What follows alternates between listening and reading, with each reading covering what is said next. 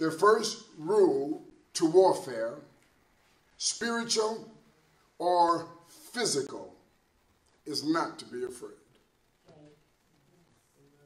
Now, that's easy to agree, and it's easy to say that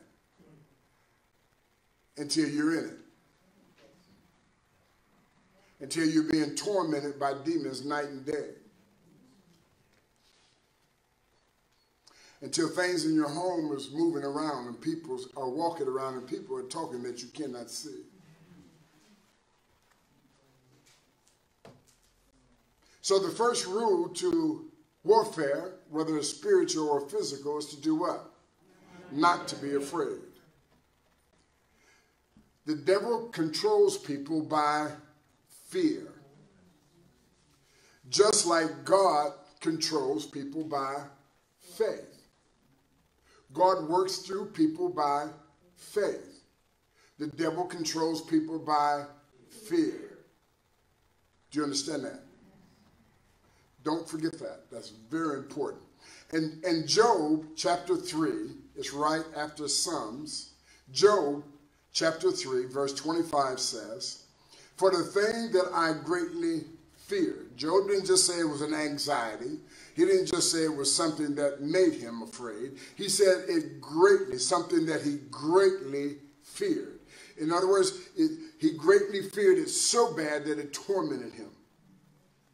So he says, the thing that I greatly feared has come upon me, and what I dread has happened to me. Fear is an invitation to the demonic. It's an invitation to everything that is evil, dark, and sinister. Fear will open the door to it. It's a gateway to death. Fear is a gateway to death. The wages of sin is death. What does that got to do with fear? Because that's exactly what fear is.